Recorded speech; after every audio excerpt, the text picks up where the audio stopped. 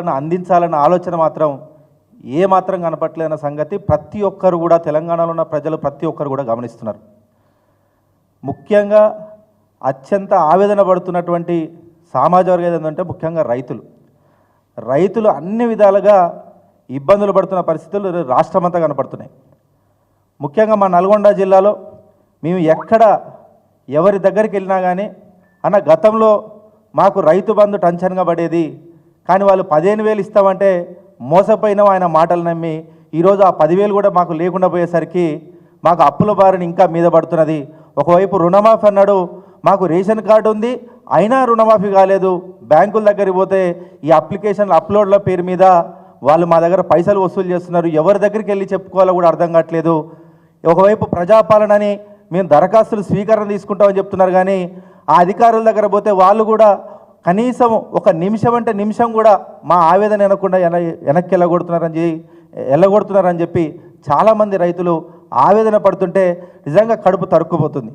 ఒకవైపు కేసీఆర్ గారు రైతుల్ని కంటికి రెప్పలాగా కాపాడుకొని నేడు ఈ తెలంగాణ గడిచినటువంటి మా కేసీఆర్ గారు ఉన్నప్పుడు ఆ 10 ఏళ్ల పాలనలో రైతాంగాన్ని ముందు వరుసలో నిలబెడితే నేడు గడిచినటువంటి 8 ఏళ్లలోనే కనీసం మొన్న కురిసినటువంటి వర్షాలకు ఇదే కృష్ణా వాటర్ డ్యామ్ దగ్గర నాగార్జున సాగర్ క్రస్ట్ గేట్లు ఎత్తే దాదాపు 250 టీఎంసీల పైగా నీళ్లు సముద్రంలో చేరినాయి. కానీ ఇప్పటికీ అదే కృష్ణా ఆయకట్టును ఉన్నటువంటి మా చెరువులు ఒక్కటంటే ఒక్కటి కూడా పూర్తిగా నిండలే. తద్వారా ఏమైంది, నల్గొండ జిల్లాలో ఎక్కువ శాతంగా మొత్తం బోర్ల మీద ఆధారపడి చాలామంది పంటలు పండిస్తుంటాం. చెరువులు నిండలే, భూగర్భ జలాలు ఎండుకుపోయినాయి. తద్వారా అన్ని రకాలుగా ఇబ్బందులు. మంచినీళ్ళు తాగుదామంటే గతంలో కేసీఆర్ గారు వచ్చినప్పుడు అన్న మేము 10 ఫీట్లు లోతుకి ఇస్తేనే మాకు నీళ్ళు పడేవి, మేము చాలా ధైర్యంగా తాగేటోళ్ళం. అప్పట్లో ఫ్లోరోసిస్ భూతం ఉన్నారు. కేసీఆర్ వచ్చిన తర్వాత మాకు ఫ్లోరోసిస్ మీద భయం లేకుండా పోయింది. ఎందుకంటే మాకు నీళ్ళంతా మంచిగా చేరువుగా అందినాయి కాబట్టి మేము చాలా సంతోషంగా ఉన్నాం. కానీ నేడు మళ్ళా భయం అవుతున్నది. ఊర్లలో ఉండాలంటే మళ్ళీ ఈ ఫ్లోరోసిస్ భూతం ఏ విధంగా మమ్మల్ని వెంటాడుతున్న భయం అవుతున్నది. సాగునీరు అందట్లేదు, చాలా ఇబ్బందులు పడుతున్నాం. దయచేసి ఏదో విధంగా మళ్ళా కేసీఆర్ గారిని మీరు అందరూ చెప్పి ఖచ్చితంగా ముందు వరుసలో ఉండి మాకు అందరికీ న్యాయం జరిగేలా చూడమని చెప్పేసి పెద్ద ఎత్తున ఆవేదన పడుతున్నారు.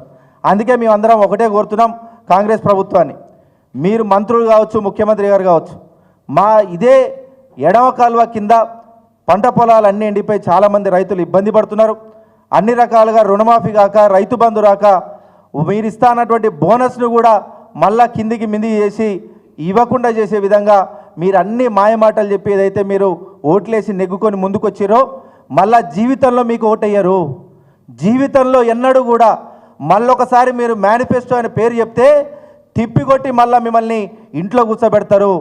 ఆ పరిస్థితులు కొద్దిగా సరిదిద్దుకోవాలంటే మీరు రైతులకు న్యాయం చేసే విధంగా కొద్దిగా ఒక సహృదయంతో రైతులను ఆదుకునే విధంగా మీరు ఆలోచించి ముందడుగేసి వాళ్ళని ఆదుకోవాలి. తక్షణమే కాలువని, అలాగే మా దగ్గర ఉన్నటువంటి రాష్ట్రంలో పెద్ద ఎత్తున చెరువులన్నిటికీ కూడా గండ్లు పడ్డాయి, అవన్నీ కూడా మరమ్మతులు చేసి తక్షణమే భూగర్భ జలాలు పెంచే విధంగా ఆ చెరువులన్నింటినీ కూడా నింపి మన తెలంగాణ రైతాంగాన్ని, ముఖ్యంగా నల్గొండ జిల్లా రైతాంగాన్ని మొత్తంగా ఆదుకోవాలని చెప్పేసి వేడుకుంటూ సెలవు తీసుకుంటున్నాను.